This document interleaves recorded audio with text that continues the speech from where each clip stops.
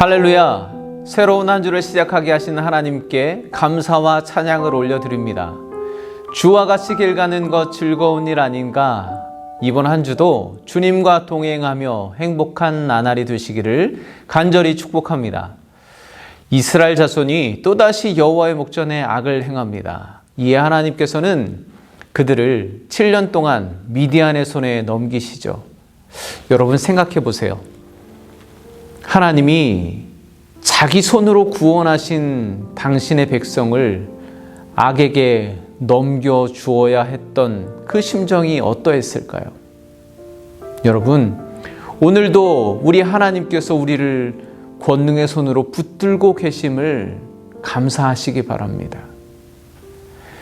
네, 이스라엘은 농사를 짓던 땅과 견고한 성읍을 다 빼앗기고 산속으로 도망가서 이제 겨우 터를 잡고 살아가려고 하는데 이방 민족들이 메뚜기처럼 몰려와서 그마저도 다 짓밟아버리고 모든 소출과 가축들을 끌고 가버립니다.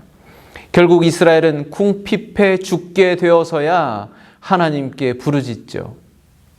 이런 과정을 보면 정말 하나님의 역사는 우리 인간의 생각을 초월하는 것 같죠. 이스라엘이 풍요롭고 안정된 삶을 살아보려고 하나님의 말씀은 뒷전에 두고 가나안의 생활 방식과 문화를 선택하지 않았습니까? 그리고 한동안은 그렇게 잘 살았습니다. 적어도 부모 세대, 한 세대는 잘 살았습니다. 그렇게 살면서 그들이 무슨 생각을 했을까요? 어떤 생각을 했을까요? 비록 하나님은 가나안 땅에 들어가거든 그 땅의 모든 족속들을 쫓아내고 진멸하라고 말씀하셨지만 우리가 그 명령을 온전히 순종하지 않고도 적당히 지켜도 이렇게 잘 살게 되었다. 그러니 앞으로도 하나님과 가나안의 우상을 우리가 필요한 대로 적절하게 선택해서 잘 조합해서 적당히 믿으며 살아도 잘 살 거야. 그렇게 생각하지 않았을까요? 그런데 얼마 지나지 않아 찾아온 결과는 너무나 참혹했습니다. 그들의 적당한 믿음이 그들의 허리에 가시가 되어 계속 찌르고 발목을 잡는 올무가 되었습니다. 그나마 있던 것마저 다 빼앗기고 굶주려 죽게 되었습니다. 그제서야 하나님을 찾는 거죠. 결국 하나님의 말씀대로 다 이루어집니다. 신앙의 원리는 참 단순합니다. 제가 청년 때 성경 공부를 지도하던 목사님께서 그런 말씀하셨어요. 창세기 1장 1절만 믿어도 신앙생활은 반은 먹고 들어가는 거다. 네, 좀 거친 표현이긴 하지만 정말 그렇습니다. 하나님은 말씀대로 시간과 공간과 온 세상을 창조하셨습니다. 그리고 그 말씀이 이 세상과 역사를 지배하고 주관하고 결정하는 것이 당연한 진리입니다. 따라서 피조물에 불과한 인간은 하나님의 말씀대로 사는 것이 가장 합당한 모습입니다. 그런데 그 광대하신 하나님의 역사 속에 한 작은 조각에 불과한 인간이 단 하루의 앞날도 내다볼 수 없는 그러한 존재가 아무리 자기 인생을 계획하고 또 세상과 미래를 바꿔보려고 한들 무슨 소용이 있겠습니까? 결국 하나님은 말씀하신 대로 이루십니다. 이스라엘의 간절한 부르짖음에 하나님은 기드온을 사사로 세우십니다. 하나님이 그를 부르시기 위해 찾아가서 하셨던 첫 말씀이 12절입니다. 여호와의 사자가 기드온에게 나타나 이르되 큰 용사여 여호와께서 너와 함께 계시도다. 하나님은 기드온을 큰 용사라고 부르십니다. 무협 영화를 보면 강호를 떠난 무림의 고수가 속세에 파묻혀서 자기 무공을 숨기고 아주 평범하게 살아가잖아요.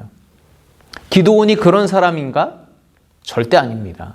기드온은 미디안 사람들이 두려워서 포도주 틀 안에 숨어서 밀을 타작할 정도로 매우 소심하고 나약한 사람에 불과합니다. 그 스스로도 말하잖아요. 므낫세 중에 극히 약하고 집안에서도 가장 작은 자가 바로 접니다. 그러나 하나님은 그를 큰 용사라고 부르십니다. 왜냐하면 에훗, 삼갈, 드보라, 하나님이 지금까지 그러셨던 것처럼 이 기드온을 큰 용사로 사용하실 것이기 때문입니다. 다시 말씀드리지만 하나님은 말씀대로 이루십니다. 그럼 하나님의 부르심에 기드온의 첫 반응은 무엇이었을까요? 13절 앞부분입니다.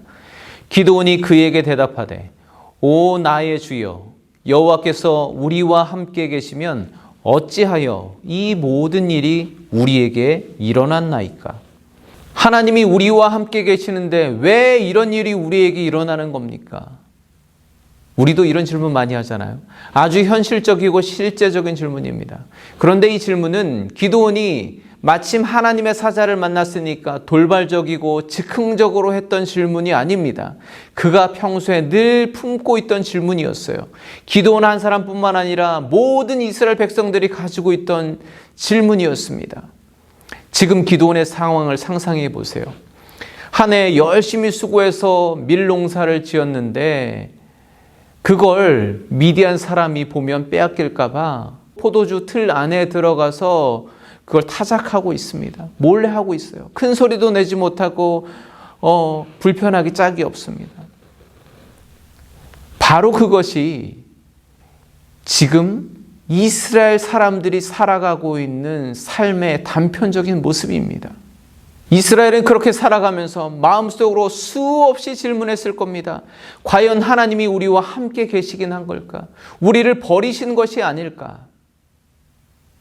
이에 하나님께서 무엇라고 대답하시나요? 여호와께서 그에게 이르시되 내가 반드시 너와 함께 하리라.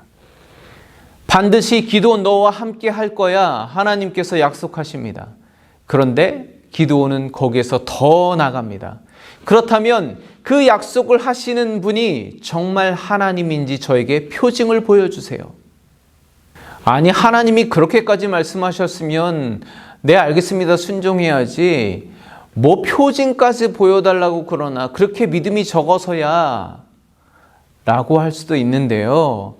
어쩌면 하나님께서 바로 그런 기드온의 모습을 들어 쓰신 거죠. 기드온은 그가 워낙 소심하고 나약한 성품이기도 했지만 그에게는 확실한 신앙의 소신이 있었습니다. 나를 찾아오셔서 나를 큰 용사라고 부르시며 함께 할 테니 미디안과 맞서 싸우라고 말씀하시는 분이 정말 하나님이 맞는지 그는 반드시 확인해야 믿고 나아가겠다는 것입니다. 그러니 표징을 보여달라는 거죠. 하나님은 그런 기드온을 큰 용사로 부르셨습니다. 저를 포함해서 많은 크리스찬들이 너무나 쉽게 믿음을 고백합니다. 조금만 마음에 감동이 오고 만족스러우면 당장이라도 전쟁터 선봉에 나설 것처럼 나섭니다. 하나님 제가 나아가겠습니다. 제가 앞장서겠습니다. 그런데 저는 오늘 이 기도원을 통해서 정말 내가 신앙하는 대상이 하나님이 맞는가?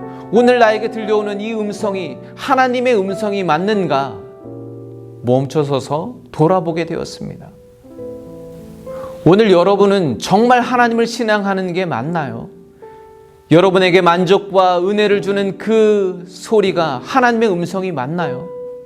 그렇다면 하나님을 신앙하는 표징이 여러분의 삶에 분명하게 증거되고 있나요? 여러분, 우리가 이제 앞으로 8장까지 기드온의 행적을 따라가 보게 됩니다. 이 말씀을 보실 때 여러분들이 염두에 두시고 보셔야 할 중요한 포인트가 하나 있습니다. 그건 바로 기드온이 했던 질문, 하나님이 우리와 함께 하시는가입니다.